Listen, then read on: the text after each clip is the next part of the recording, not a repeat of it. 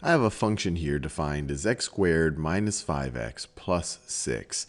And what I want us to think about is what other forms we can write this function in if we say wanted to find the zeros of this function. If we wanted to figure out where does this function intersect the x-axis, what form would we put this in? And then another form for maybe finding out what's the minimum value of this. We see that we have a positive coefficient on the x squared term. This is going to be an upward opening parabola. But what's the minimum point of this? Or even better, what's the vertex of this parabola right over here? So if the function looks something like this, we could use one form of the function to figure out where does it intersect the x-axis. So where does it intersect the x-axis? And maybe we can manipulate it to get another form to figure out what's the minimum point. What's this point right over here of this function? And I don't even know if the function looks like this. So I encourage you to pause this video and try to manipulate this into those two different forms. So let's work on it. So in order to find the roots, the easiest thing I can think of doing is trying to factor this quadratic expression which is being used to define this function. So we could think about, well, let's think of two numbers whose product is positive 6 and whose sum is negative 5. So since their product is positive, we know that they have the same sign. And if they have the same sign, but we get to a negative value, that means they both must be negative. So let's see, negative 2 times negative 3 is positive 6. Negative 2 plus negative 3 is negative 5. So we could rewrite f of x, and so let me write it this way. We could write f of x as being equal to x minus 2 times x minus 3. Now how does this help us find the zeros? Well, in what situations is this right-hand expression, is this expression on the right hand going to be equal to 0? Well, it's the product of these two expressions. If either one of these is equal to 0, 0 times anything is 0, 0 times anything else is 0. So this whole thing is going to be 0 if x minus 2 is equal to 0 or x minus 3 is equal to 0. Add 2 to both sides of this equation, you get x is equal to 2 or x is equal to 3.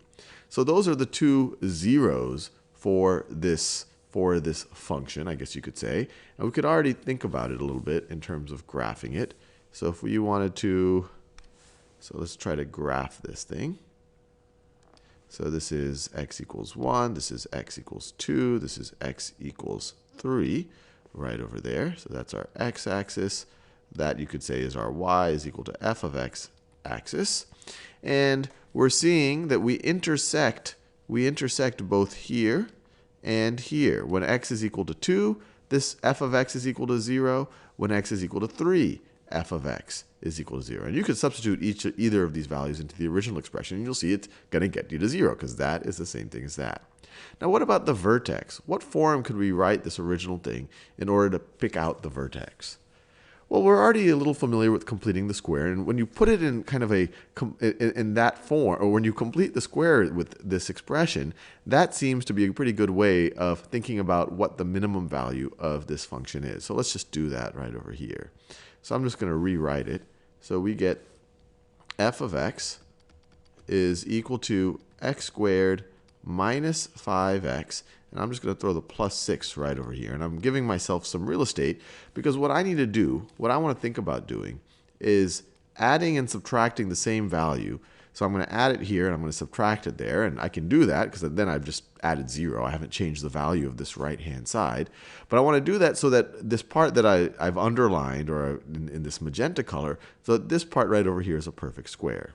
And we've done this multiple times when we've completed the square. I encourage you to watch those videos if you need a little bit of a review on it.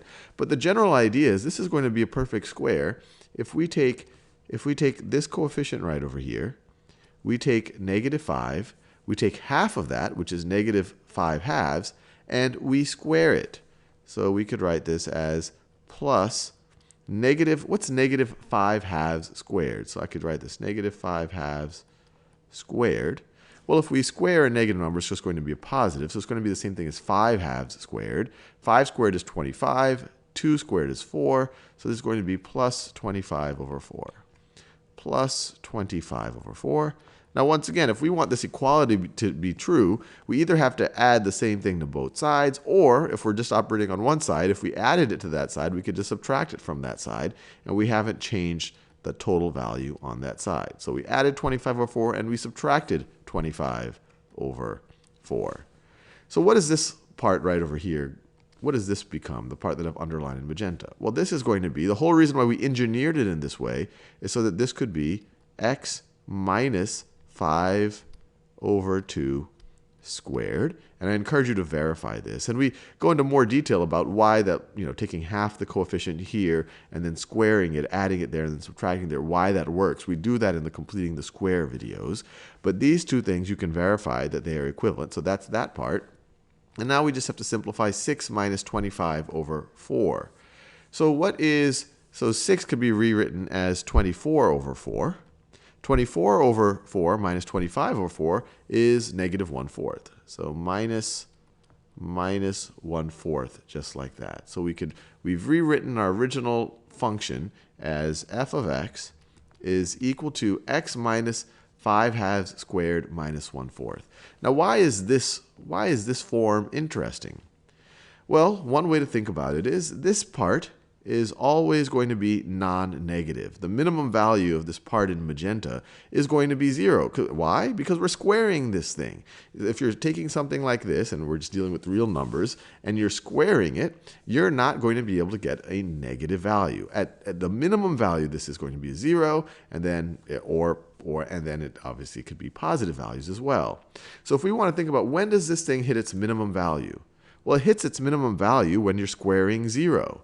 And when are you squaring 0? Well, you're squaring 0 when x minus 5 halves is equal to 0, or when x is equal to 5 halves, if you just want to add 5 halves to both sides of that equation. So this thing hits its minimum value when x is equal to 5 halves.